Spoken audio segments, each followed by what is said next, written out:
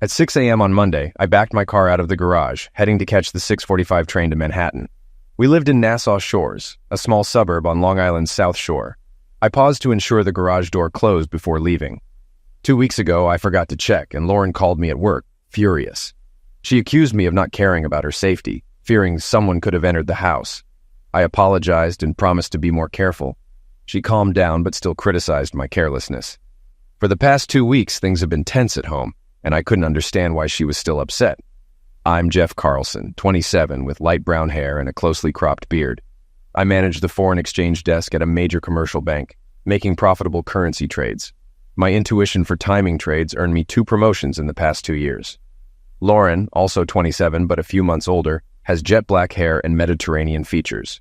She works for a national medical insurance carrier in Huntington, New York, about 25 minutes from home. Her supervisor, Jim Beckman, is a tall, muscular man whom I've met at company events. Something about him bothered me, though I never mentioned it to Lauren. After ensuring the garage door was closed, I tuned the satellite radio to a country station. The first song was about a man loving his bar, but the second struck a chord. It described the issues in my marriage: distant behavior, small slights, and unsatisfying lovemaking. Absorbed in the song, I missed a green light until cars honked. I then drove to a parking lot to finish listening. Afterward, I headed to the train station and caught the earlier 6:30 train to Penn Station. On the train, I reminisced about meeting Lauren. It was July, right after my 16th birthday, as I mowed the lawn. A moving van arrived at the Miller's house nearby. Mr. Miller had died, and his widow moved in with family, so the house was sold. A BMW followed the van, and out stepped Mr. and Mrs. Frank Schiavo. From the back seat emerged Lauren, the most beautiful girl I'd ever seen. She was a few months older than me, with short hair, denim shorts, and a halter top. She smiled at me, and I was instantly smitten. A few days later, I saw Lauren and her mom, Cheryl, outside. Gathering my courage, I introduced myself. Cheryl soon left us with iced tea, giving us some privacy. Lauren and I hit it off, spending the rest of the summer together. There were no romantic moves, just the joy of each other's company. When school started, we shared lunch and the bus ride home, but no classes. I asked her to the October harvest dance, and she agreed. However, as the school year progressed, Lauren made new friends, especially with the cheerleaders, aiming to join their squad. We still sat together on the bus and talked daily. The dance day arrived, and my dad drove us there. As we walked in, some football players smirked and laughed. "What's that about?" I asked. "Who cares?" Lauren shrugged. We had fun dancing until a slow song played. Just as I asked Lauren to dance, Billy Barber, the star linebacker, approached. "Let's go, babe," Billy said to Lauren, who left with him without a glance back. Stunned, I asked my friend Jack what happened. "You just got dumped," Jack said. Lauren and Billy danced closely, clearly familiar with each other. I felt humiliated. After the dance, they joined the football team, with Billy possessively holding Lauren. I was too intimidated to confront him. Billy later taunted me. "You didn't think a nerd like you could get a girl like that, did you?" He laughed and walked away.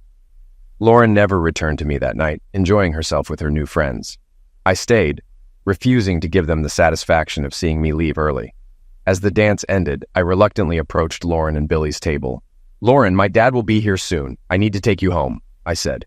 "Get lost, Carlson," Billy responded. "She's going home with me." "Lauren," I snapped, "I don't care how you get home. If you don't come with me, my dad will tell your mom. You can explain why you came home with Billy."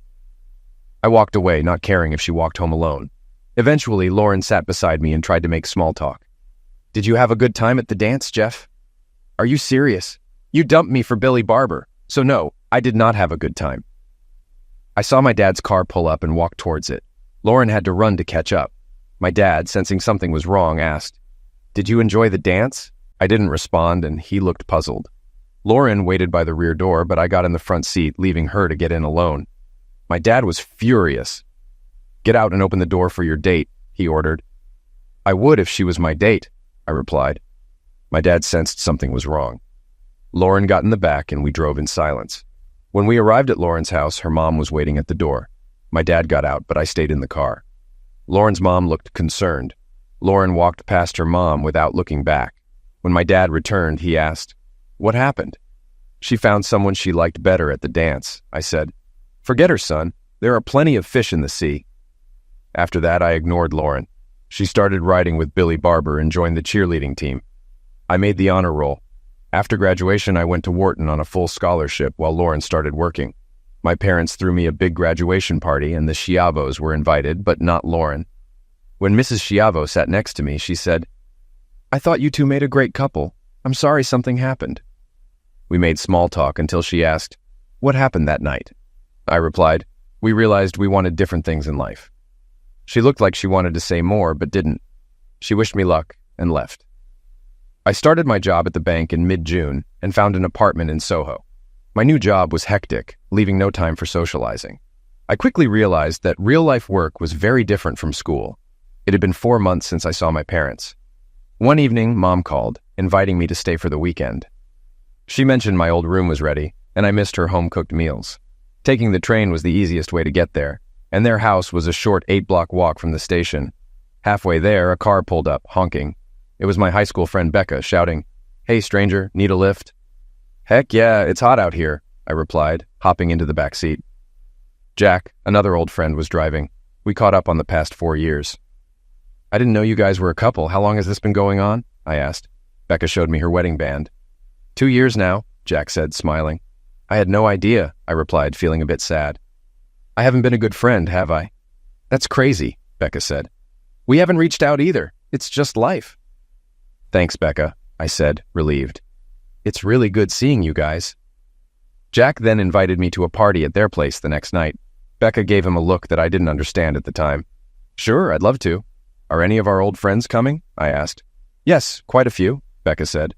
"Great, I'll bring some beer. What time and where?"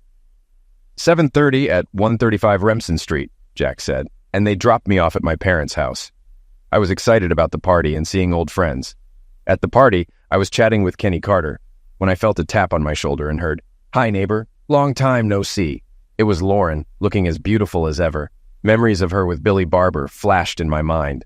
I turned back to Kenny, but Lauren's friend confronted me. "That was rude," she said. "Not as rude as what she did to me," I replied. "Jeff, please. You can't still be mad about that night. It's been 6 years," Lauren said. "I sure can," I fumed, walking away. Becca ran to comfort Lauren while Jack pulled me aside, asking me to apologize to keep peace with Becca. I found Lauren in the kitchen. "Can we talk alone?" I asked. Lauren's friend resisted, but Becca convinced her to leave us alone. After a few awkward moments, I started, "Lauren, I'm sorry for what I said. That night hurt me deeply. Maybe it's time to move on." "No, you're right, Jeff. I acted terribly and deserved what you said. I never apologized. Would you accept my apology now?" "Thank you, Lauren. Yes, I accept." Lauren hugged me, and we kissed passionately. Becca and Jack walked in, with Becca remarking, "I'll be damned. Honey, it looks like you didn't know what you were doing." Jack sighed in relief, then puffed out his chest, saying, "Damn right, and don't you forget it." We all laughed and rejoined the party. Lauren and I started dating, and 9 months later, we were married. The conductor's announcement brought me back to the present. As the train rolled out, I reflected on the past 3 months of my marriage. I was convinced my wife was cheating. It seemed foolish to base this on a country song, but everything fit. My usual intuition was now sounding alarm bells. At the office, Howard Goldman noticed something was off and followed me to my desk. "What's wrong?" he asked. "Nothing," I replied. "Nonsense," Howard said. "I can't let you gamble with the bank's money today. Tell me what's up or go home." I sighed and confessed, "I think Lauren is having an affair." "Are you sure?" he asked. "No, just a feeling," I admitted.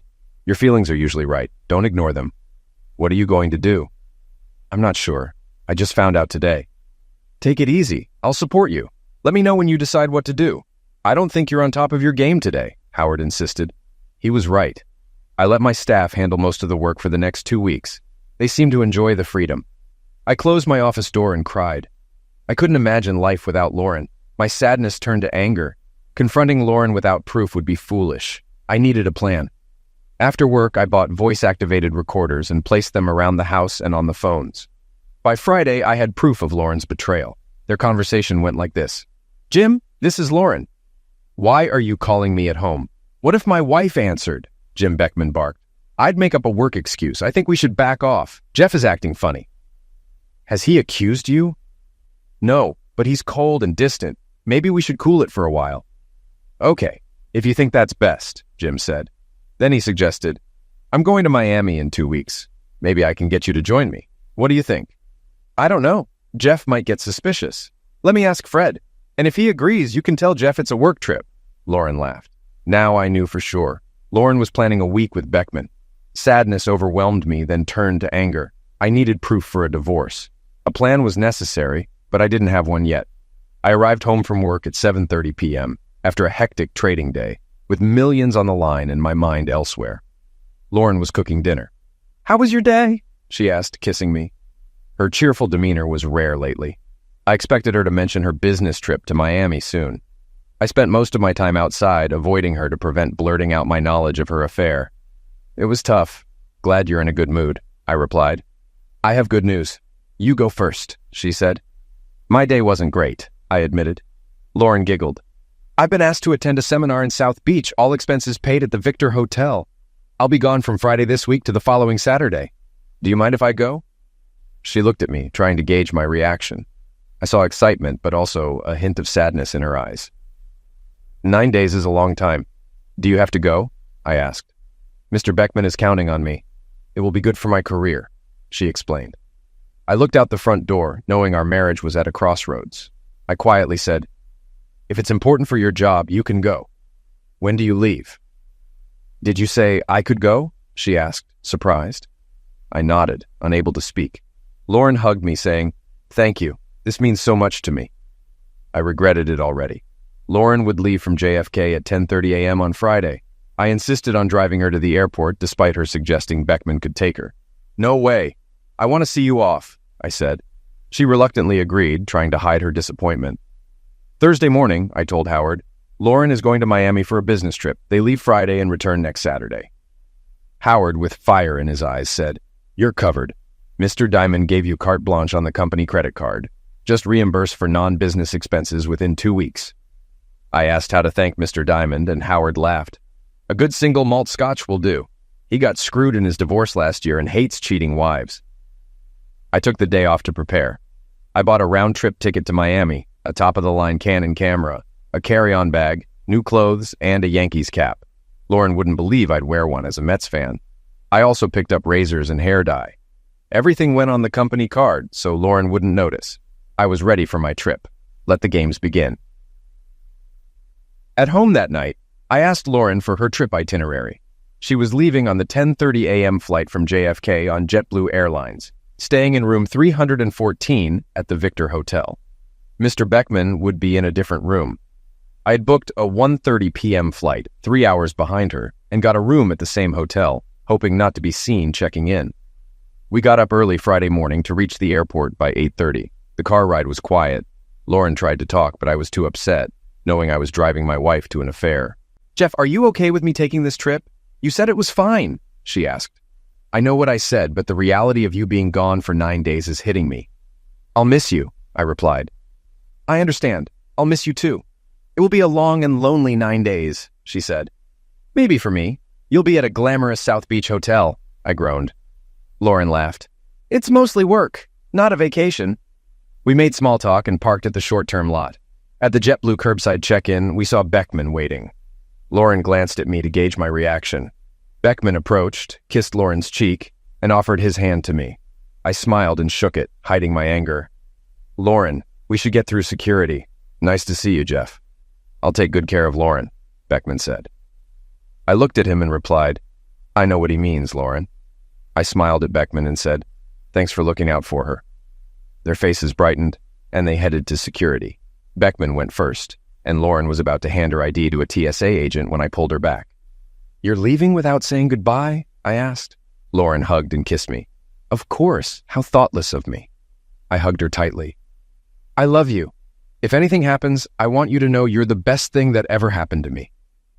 I love you too, honey. I have to go now, she said. As she started to leave, I pulled her back. Lauren, I know I said it was okay, but I don't want you to go. It's not too late. Tell Jim you can't go and come home with me. Jeff, I can't back out now. The tickets are bought and Mr. Beckman needs me. I know I'm being selfish. I just don't want you to go. I need you too. Jeff, I have to go. Don't try to stop me. I'm committed to this trip. I will be a great help to Jim. I can't let him down. She looked at me, almost spoke, but then walked to the gate and handed her license to the agent. My eyes misted up, and I'm sure Lauren thought it was because I would miss her.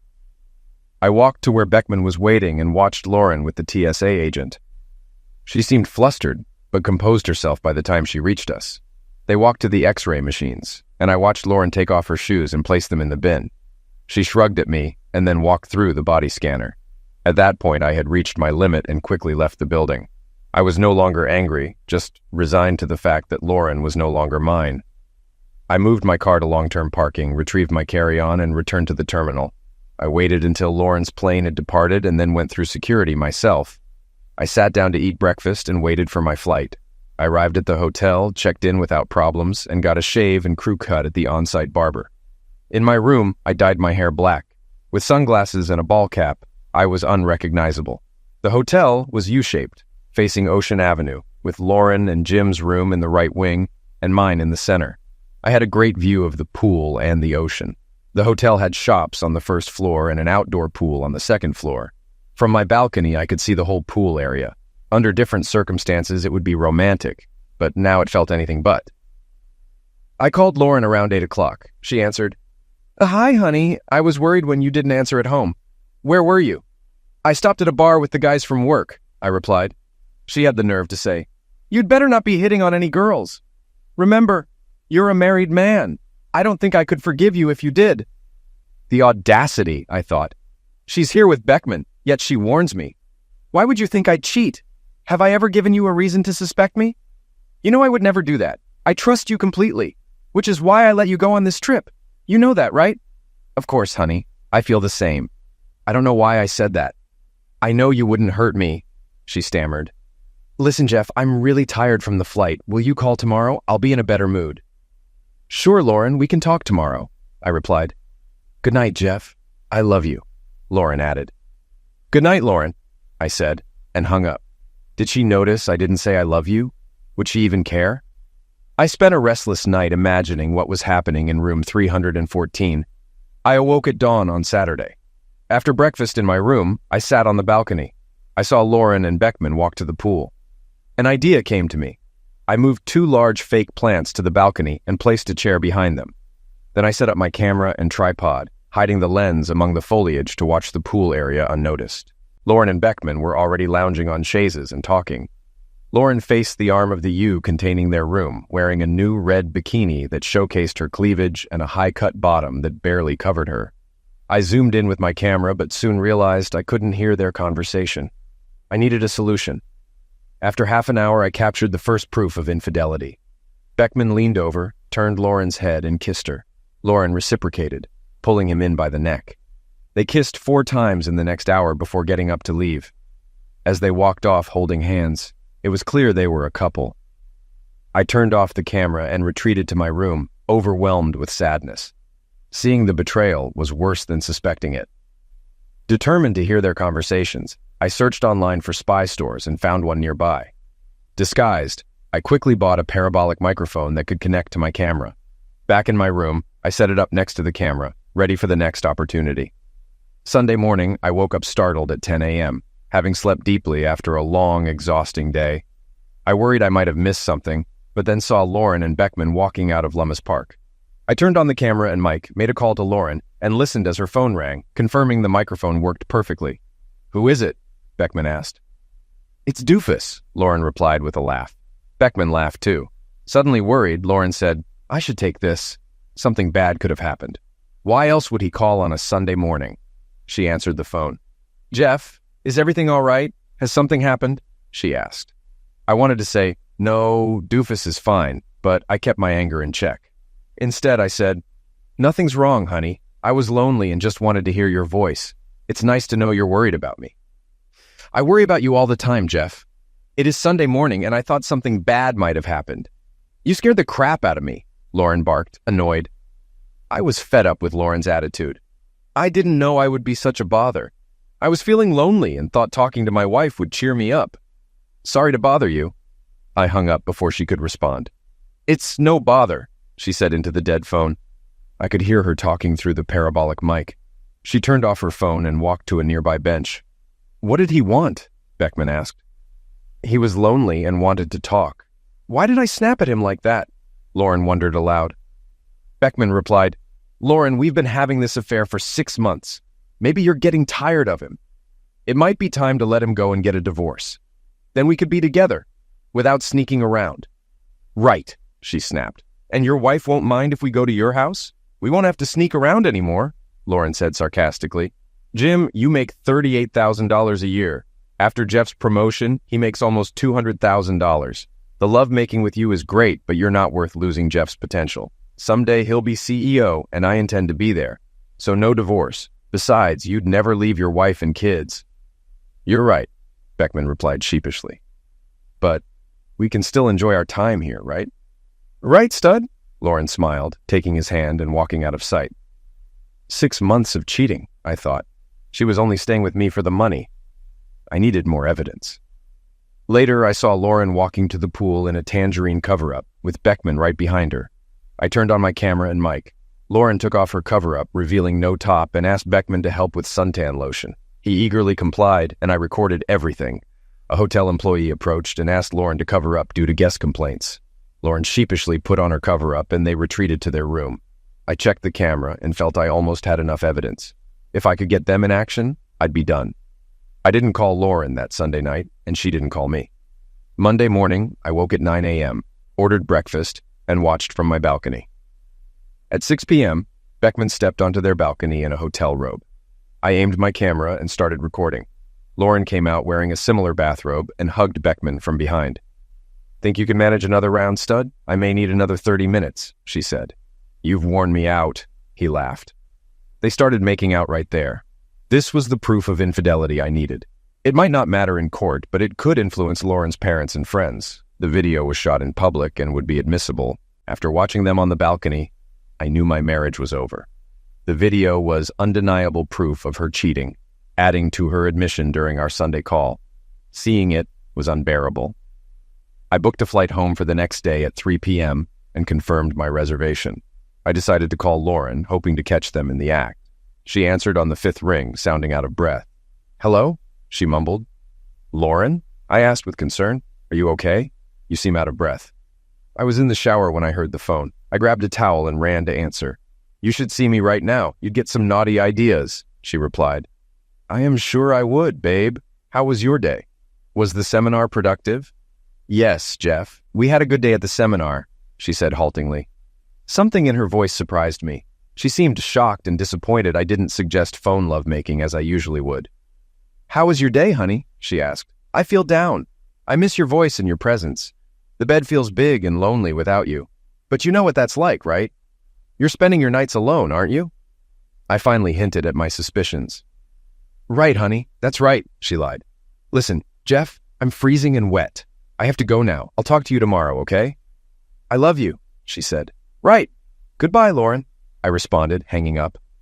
I packed my equipment and clothes. Feeling hungry, I went to the hotel restaurant with my camera to review the footage. As I walked in, I saw Lauren and Beckman sitting in a booth. I sat 2 tables away, with my back to Lauren and facing Beckman. I discreetly snapped a couple of photos without them noticing. Lauren glanced my way once, but didn't recognize me. I reviewed the day's footage while eating, sneaking peeks at the 2 of them. Lauren looked my way once more, but still didn't recognize me. I finished my meal and left before them. Sleep was difficult that night. I sat on the balcony at 7 the next morning, having moved the plants back inside. I no longer cared if they saw me. I had the evidence. At 7:15, a white van with blue FEB lettering pulled up. Lauren and Beckman got in, and it drove off. I'll be damned, I thought. They are actually doing some work this week. I had 2 things left to do this morning. First, I accessed one of the 2 computers the hotel provided for the guests. I printed 2 pictures that I took since I got down here.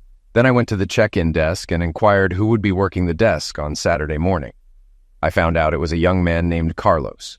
We had a chat, and I slipped him $200. If all went well, Lauren and Beckman would have a little surprise when they checked out. Saturday morning, I checked out and flew back to New York to take care of things back home. Tuesday morning, Jim and I headed to our seminars. By evening, we were both too tired for anything else. Jim fell asleep early, while I waited up for Jeff's call. By 10 o'clock, I was furious he hadn't called. By 11 o'clock, I started worrying. Did he know? Should I call him? But I convinced myself Jeff knew nothing, even though I struggled to sleep. Wednesday was a repeat of Tuesday. Exhausted, we ordered dinner in. After a quick shower, Jim wanted lovemaking, but I was too anxious waiting for Jeff's call. When it didn't come, I panicked. Jeff not calling 2 nights in a row was unusual. Even Jim noticed and became concerned. By 9 a.m. Thursday, I called my mom to check on Jeff, explaining I hadn't heard from him since Monday. She agreed to go over. 30 minutes later, my phone rang. It was from our home phone. I answered quickly. "Jeff, I'm so glad you called. Are you okay?" "It's me, Lauren," Mom replied. "Jeff isn't here. I checked every room. His clothes are in the closets and the computer is in the office. What's going on?" "Nothing, Mom," I lied. "We had a little argument. I guess he's mad at me. I'm relieved he's not lying unconscious somewhere. If you hear from him, please ask him to call me." "I will." "This is so unlike him, Lauren. You must have done something really bad." "No, Mom, nothing like that. Just have him call me. Thanks. See you soon." "Okay, honey. I miss you. See you Saturday. Good night, Lauren." After the call, I was even more worried. Where could he be? I had to wait 2 more days to find out. I decided to call him myself. I got voicemail on both the home and cell lines. I left messages telling him how much I missed him and to call me if he was mad. I feared our marriage might be over. Friday dragged on. I wasn't surprised not to get a call. I tried calling Jeff again but got no response. Jim got no lovemaking that night either. Saturday morning, I was packed and ready early. By 11 o'clock, we checked out. At the lobby, the desk attendant, Carlos, picked up the phone when he saw us and spoke briefly. As we reached the desk, Jim handed over our key cards and credit card. Carlos processed it and then said, "Mr. Beckman, Mrs. Carlson, I hope you enjoyed your stay at the Victor and hope to see you back again soon." Hearing my real name, I was stunned. "What did you call me?" I asked. "You are Mrs. Carlson, aren't you?" he asked with a sly smile. "Why do you think that?" I retorted. He placed 2 photos on the counter, one of Jim in the restaurant and one of me sunbathing braless unclothed by the pool. Carlos explained, "A man checking out asked if I knew the people in the photos. I told him you were the Beckmans. He corrected me, saying the man is Jim Beckman, but the woman is his wife, Lauren Carlson. He was here. Jeff was here. When did he get here?" I asked.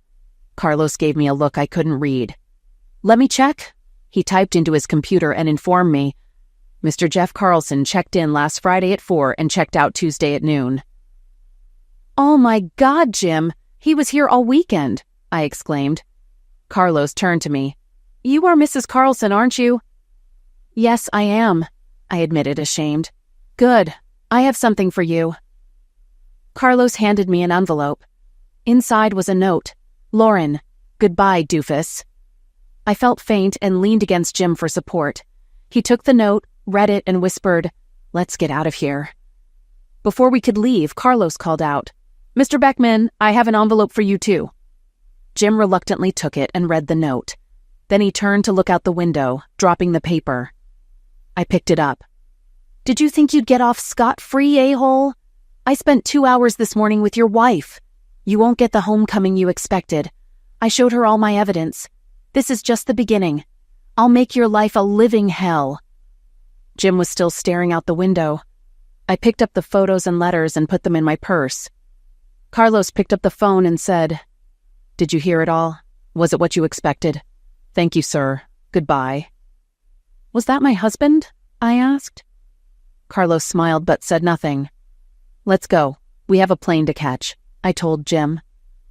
On the way to the airport, I called my mom, asking her to meet us at JFK. She asked, "Isn't Jeff picking you up?" "I don't know. We had an argument, and he's upset with me." "Lauren, what exactly was your argument about?" she asked, suspicious. "Nothing you need to worry about," I lied. "That's nonsense. It must have been big for him not to call for 3 days. My God, Lauren, what have you done?" I started crying. "I haven't done anything that can't be fixed. Please come to the airport in case Jeff doesn't show up. If you've done what I think, he won't be there. I'll pick you up." She hung up. I don't remember much about the cab ride or boarding the plane. My mind shut down. It wasn't until we were in the air that I started thinking clearly again. I pulled out the photos of Jim and me. Jeff must have seen everything on Monday. A cold shiver went down my spine. The guy with the Mets cap must have been Jeff. I knew a divorce might be in my future. Jeff calling himself Doofus in his note meant he had us wired for sound. He must have heard our conversations. Jim sat by the window, staring out blankly. I spent the flight looking at the letters and pictures, replaying Jeff's phone calls in my mind. The not knowing terrified me. The last call felt especially wrong. I could only hope Jeff would pick me up at JFK, but I doubted it. I knew I could do nothing until I saw Jeff again. When the flight landed, I couldn't wait to leave the plane. I rushed through the terminal, hoping to see Jeff. As I came off the ramp, I saw my mom waiting. "Is Jeff here?" I asked. She shook her head. "No." Jim followed, looking for Jane. He called her, listened, then said, "She hung up. She's not coming." He sat on a bench, clearly crying. Mom pulled Jim up and said, "Let's go. I'll drive you both home." On the drive, Mom gave me withering looks. Jim stared out the window, tears streaming down his face. Arriving home, I asked Jim to wait in the car and ran inside, yelling, "I'm home, Jeff!" No response. I checked the bedroom. His closet and dresser were empty. Panicking, I ran to Jeff's office. It was empty. Realizing he was gone, I sat heavily in the living room. He had 4 days to plan, and removing his clothes and personal items was just the beginning. Mom handed me an envelope labeled divorce paperwork and a DVD with a note. "If you want to know why, look at the DVD." She put the DVD in the player and sat down.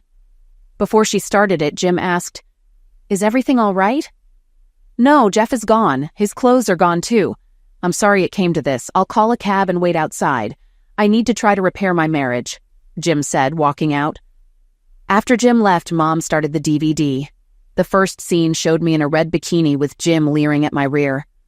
I tried to take the remote, but Mom wouldn't let go. I watched myself kiss Jim, feeling ashamed. The next scene had audio of us in Lummis Park. When I called Jeff Doofus, I realized he heard everything.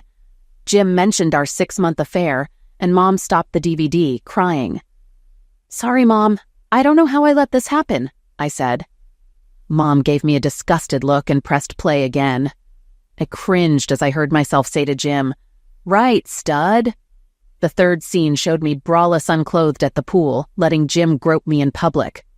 I felt ashamed, imagining my mom's disgust. Next, it showed me pulling Jim into the room for lovemaking. The worst part was the phone call. Jeff had recorded his side. "You are spending your nights alone, aren't you, Lauren?" Then muffled talking. "Lauren, are you there? You are sleeping alone, right?" His voice was filled with venom. I had responded, "Right, honey, that's right." If I had heard his tone, I would have known he knew. The next scene showed a hand covering the camera lens, and the image moved wildly before settling on a view of the balcony. Jeff appeared, dismantling the microphone and packing up the tripods. A scream pierced the night, my scream during a peak of pleasure. Jeff's head turned towards the sound, agony on his face. He sobbed quietly for a few seconds, then pulled himself together and said, "That's the second time she has done this to you, Jeff. It will never happen again." He turned off the camera, ending the show. Mom hung her head and cried. Seeing Jeff's tears filled me with self-loathing. When he mentioned the second time, I realized he had cried over me before. His determination that it would never happen again filled me with fear for my marriage. Mom asked, "What are you going to do now? Do you want to save your marriage or run off with that guy outside?" "My God, Mom, I love Jeff. Of course I want to save my marriage. I'm not running off with Jim. He has a wife and 2 kids. He'll never leave them." Whether Jim saves his marriage isn't his choice, and saving yours isn't up to you either. That's Jeff's decision. He's had days to decide. You already have divorce papers on the table. If you want to keep Jeff, you better talk to him soon and give him a good reason to take you back. Don't wait too long. He has a head start. As soon as Mom left, I called Jeff. He hadn't answered any of my calls, but I had to try. Surprisingly, he answered on the second ring. His voice was emotionless, not even angry. "Lauren, what do you want?" Jeff asked. Jeff, we need to talk, will you? I pleaded. Sure. When? Tomorrow anytime you can, I replied. Okay, tomorrow at 2. Goodbye. His voice was cold and emotionless, as if he had already made up his mind. I knew this wouldn't be easy. The next afternoon, I saw his car pull into the driveway. Instead of the front door, he walked around to the rear. I ran into the kitchen and sat at the table set for lunch. Jeff walked in, surprised to see me. Hi, Jeff. Thanks for meeting me. He nodded and sat, pushing the plate away when I offered lunch. I've already eaten, he said, his expression urging me to start talking. Jeff, I'm so sorry, I began, but he cut me off. I know, you're sorry you got caught or sorry for cheating.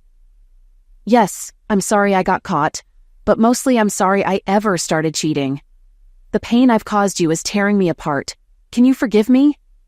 Even if you do, I don't know if I can forgive myself. He stayed silent, emotions flickering across his face. Finally he spoke, surprising me. Do you know that in the mornings I would lay in bed and watch you sleep? Or after my shower I'd sit and watch you? I knew. Sometimes I'd catch him, open one eye and say, "What?" He'd smile, laugh quietly, and kiss my forehead. You looked so peaceful, so beautiful to me. I'd gaze at your face, your eyes, every curve. I thought how lucky I was to have you, my guardian angel. But now, the color and light you brought to my life are gone.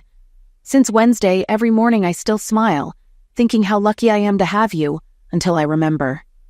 Then the pain returns. Every morning I love you a little less, and the pain is not as bad. I realize my mom was right. I waited too long. If I had come home Wednesday night, maybe I could have made a difference. Now it's too late. Jeff has decided on divorce. The last thing I want. Please, Jeff, don't make a hasty decision. I know I've been terrible and don't deserve any consideration, but I beg you, give me a chance to make it up to you. Let me show you I can be the wife you deserve. Please, give me a second chance. I waited for his response, seeing tears in his eyes. A tear ran down his cheek, and I wiped it away with my thumb. I swore you wouldn't make me cry again. Now look at me, he said sadly. Jeff, on the DVD, you mentioned this was the second time you cried over me. When was the first time? Lauren, I fell in love with you the first time I saw you get out of your dad's car. My best memories are of that summer we spent together. My worst memory is when you ditched me at the harvest dance for another guy. You left me to be ridiculed by Billy Barber and the football team. I cried many nights alone in my bed. So, Monday night was the second time I cried over you. The tear you just wiped away is the third. I'm sorry, Jeff. I know I keep saying it, but it was just foolish lovemaking. He's gone and I don't care. I will never see him again. All I need is you. I don't know, Lauren. I saw you do things in public. You went braless unclothed for him and let him touch you at the pool. What he said next sent shivers through my body. He shook his head and said, I heard the scream. I know I can't compete with that. I won't compete with another man. I won't compete with the memory of that other man for my wife. If we stay together, I will always be competing with his ghost. You won't have to compete with anybody. You will never understand unless it happens to you again. Jeff sadly shook his head and began to rise from his seat. I thought he was about to leave, and I saw my marriage falling apart. Desperation took over, and I leapt from my chair, knocking it over. I ran to Jeff, hugging him tightly and babbling, Don't go, Jeff. Please don't leave me. When I saw your letter at the hotel, I realized how much you and our marriage mean to me. Please forgive me and take me back. He loosely put his arms around me, gently stroking my hair. After a while, he placed his hands on my shoulders and gently moved me back to look into my eyes. Whenever I thought of our future, I saw us together. A house with a white picket fence, 2 sons, and a daughter like you for me to spoil. I imagined us planning weddings, celebrating anniversaries, and growing old together, our love supporting us through hard times. Now I see nothing but a big black hole where there used to be love. I see the numbing darkness of a life without you. He backed away, saying, I have to go. I have something to do.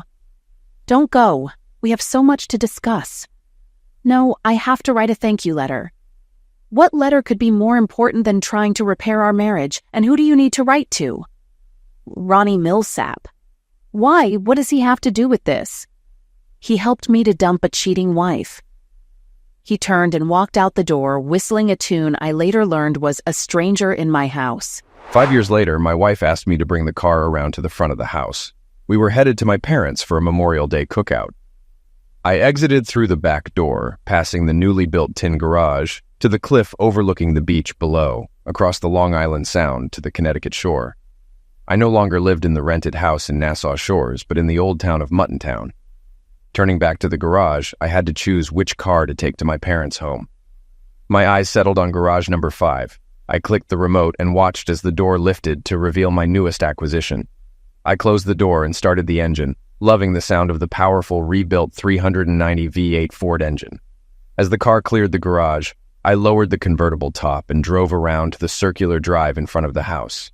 I got out and admired my latest pride and joy. A 1961 Ford Thunderbird convertible with gleaming chrome, black paint, interior, and roof. God, she was beautiful. My wife opened the door and frowned. "The baby and I can't ride with the top down, you have to put it up." I sighed and told Nina, "Okay, I'll put it up. But it looks so much cooler with the top down. If you ever want me to be in it with my top down again, you better put it up now." My mind flashed back to the day I first got the car, and we went driving with the top down. Nina pulled her top down, and I quickly hit the button to put it up. Nina smiled smugly, knowing how to wield her considerable love-making power. I met Nina 2 months before my divorce from Lauren was finalized. The one thing that Mr. Diamond, the bank president, and his ex-wife agreed on was their adopted child from Romania. While they hated each other, they both loved that little girl. The Diamonds ran a charity to help Romanian orphans. I knew I was expected to attend the $1,000 per plate fundraiser, as I had become a favorite of Mr. Diamond. I was seated at his table next to his wife. There was an empty seat next to me. Before sitting down, I noticed the card on the table reserved for I, Kiranova. As I sat, I nodded hello to Mr. Diamond and kissed the cheek of his ex-wife. I took a second glance at my boss because of his mischievous smile. Moments later, a stunning woman in black sat next to me. Mr. Diamond beamed and introduced me to Ionina, pronounced Ioanina Kiranova, a Victoria's Secret lingerie model. I later found out that Nina was a Romanian orphan herself and on the charities board. Nina and I hit it off that night. She told me about her horrific life in Romanian orphanages, nearly bringing me to tears. I wanted to protect her. She said she felt my empathy and wanted to know more about me. Many men asked her to dance, but she turned them all down. I didn't ask, thinking she didn't want to. Nina took matters into her own hands and asked me to dance. I said yes. We dated for 2 years before marrying at Mr. Diamond's estate in Southampton, New York. I thought his wife was a bit young for him at 35 to his 61, but he always smiled. So, what do I know? Our first year was great when Nina told me she wanted a baby. I asked if she realized having a baby would put her modeling career on hold. She looked into my eyes and said, "The one thing I want most in this world is to have your baby." A big smile crossed her face as she added, "Maybe more than one, I'm sure." I smiled back and suggested, "Let's start trying right away." We both laughed and ran to the bedroom. A year and a half later, our son Jeff Jr. was born. After settling Jeff Jr. in the car seat, we got in the car. The only non-stock part of the T-Bird was the air conditioner I had installed. From experience, I knew Nina didn't want to spoil her hair after getting dressed up. She'd rather ride in 100-degree heat than have one hair out of place. The AC made it more pleasant for both of us. As we walked into my dad's backyard where he was barbecuing, I was shocked to see Lauren and her mom Cheryl talking to my mom. Nina, carrying Jeff Jr., walked to the table and sat down. Mom quickly took her favorite and only grandson from Nina. I went to Dad and asked, "What are they doing here?" Dad said, "Keep your voice down. Your mom invited them. She and Cheryl have become close since Frank died. Lauren was all alone, so your mother invited her too. You know she had a hard time getting rid of that a-hole Billy Barber. After you two divorced, I knew she married Billy.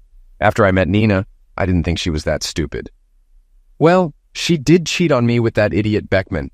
I thought for sure they'd divorce, but his wife took him back. She did have 2 kids to worry about, which must make a difference. For a long time, I hired a PI to keep tabs on him. Whenever he was close to getting a good job, I made sure word got out that he was a bad employee, and he lost out. This went on until he or his wife figured out I was behind his bad luck. Jane Beckman called and directly asked if Jim's job troubles were my doing. Before I could answer, she told me it hurt not just Jim, but also her and their 2 kids. She said it was horrible what he did to me, but pleaded not to take it out on her children. I didn't directly admit involvement, but assured her he'd have an easier time getting a job from now on. She thanked me profusely and apologized for him ruining my marriage. I have no idea what he's doing now since I let the PI go along with all the remaining hate I had for him.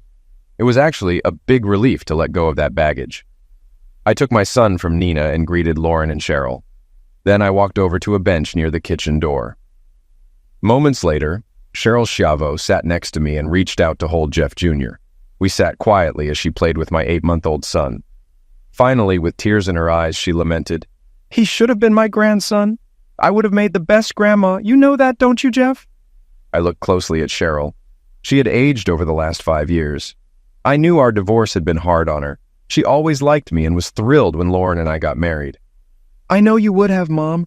You were a great mom to Lauren, and I know you would have been the best grandma, too." "Thank you, Jeff. I have missed you these last 5 years. Oh, and congratulations on your promotion at the bank. Your dad tells me you're now in the number 2 position." Yes, Mr. Diamond finally retired with some pressure from the board. They moved Howard Goldman to the top spot, and he made me the executive vice president in charge of operations. Basically, if I keep my nose clean, when Howard leaves, I should move up to president. "Jeff, Lauren wanted to talk to you but was afraid to come over. Can I tell her it's okay?" "Sure, Mom. It's been 5 years. I'm sure we can talk civilly." Cheryl went back to the table and spoke to Lauren. Before she could get up, Nina came to me and said, "Be gentle with her, Jeff. She's very fragile. Don't upset her." I nodded. Nina walked away as Lauren approached. "Hi, Jeff. You look good." "Hi, Lauren. So do you." "Nina is beautiful, Jeff, inside and out, and a good person. I can tell." "Thank you. I've been lucky to have 2 beautiful wives." "That's not true. I may have been attractive outside, but inside, not so much." "That's not true. You're beautiful inside and out. You got blinded by Jim Beckman. I'm sure it was something I did to push you away." "That's really not true. Do you remember what I did at the dance with Billy Barber?" "What did you do there?"